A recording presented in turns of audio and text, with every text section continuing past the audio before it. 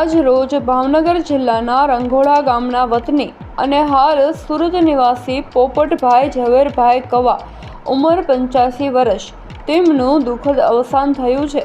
પોપટભાઈ મહેનતુ, સ્વાભિમાની અને લાગણીશીલ વ્યક્તિત્વ ધરાવતા હતા। 85 વર્ષની ઉંમરે પણ તેઓ ભઠ્ઠીકામ કરીને સ્વાવલંબી જીવન જીવતા હતા। તેઓ કોઈ પર નિર્ભર રહેવાનું પસંદ કરતા નહોતા। તેમના પરિવારમાં ધર્મપત્ની હીરાબા, પુત્રો, પુત્રવધુઓ, દીકરાઓ અને પૌત્ર પૌત્રીઓ સહિતનો વિશાળ પરિવાર છે, જે તેમના અવસાનથી ઘેરા શોકમાં ગરકાવ થયો છે। પોપટભાઈની ખાસિયત એ હતી કે તેમના ઘરે આવતા કોઈ પણ મહેમાનોને તેઓ ભૂખ્યા જવા દેતા નહોતા। તેઓ બધાને પ્રેમ અને સન્માન આપતા। વહુ દીકરીમાં ક્યારેય ભેદભાવ રાખ્યો નહોતો। ગામ અને પરિવારના લોકો તેમને એક મહેનતુ, દિલદાર અને સહાયરૂપ વ્યક્તિ તરીકે યાદ કરી રહ્યા છે। તેમના અવસાનથી પરિવાર અને ગામમાં ખાલીપણું અનુભવાઈ રહ્યું છે। ભગવાન તેમની દિવ્ય આત્માને શાંતિ આપે।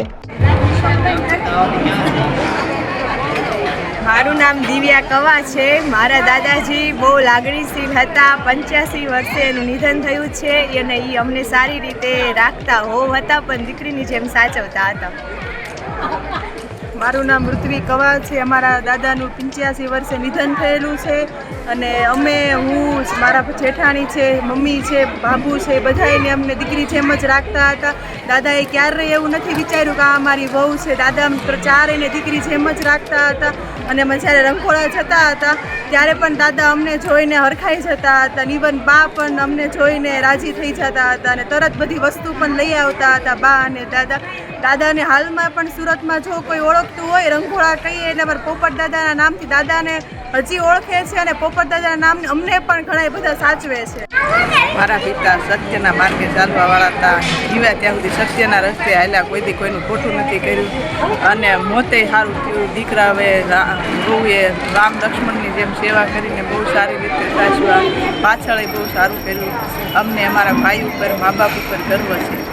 ભાઈઓ, ભાભીઓ, ભત્રીજા, દીકરાના દીકરા લીલીવાડી મૂકીને શાંતિથી એનું મોત સારામાં સારું થયું છે। એના પાછળ ભગવાન એના આત્માને ખૂબ શાંતિ આપે। મારા પપ્પા અમને ત્રણેય બેન બહુ સરસ રીતે રાખતા, બહુ સાચવતા। અમે એની લાડકી દીકરીઓ હતી। મારા પપ્પાના આખા ગામમાં નામ હતું। મારા પપ્પા એવું બોલતા કે હું જ્યાં સુધી જીવીશ ને જાતે જ કામીશ, એટલે મારું શરીર સારું રહે મારા માટે। મારા પપ્પાનું ગામની અંદર નામ હતા। ભાઈઓ, ભાભી અને વહુ દીકરીઓ બધાને બહુ હપીને રહેતા, એકતા હતી।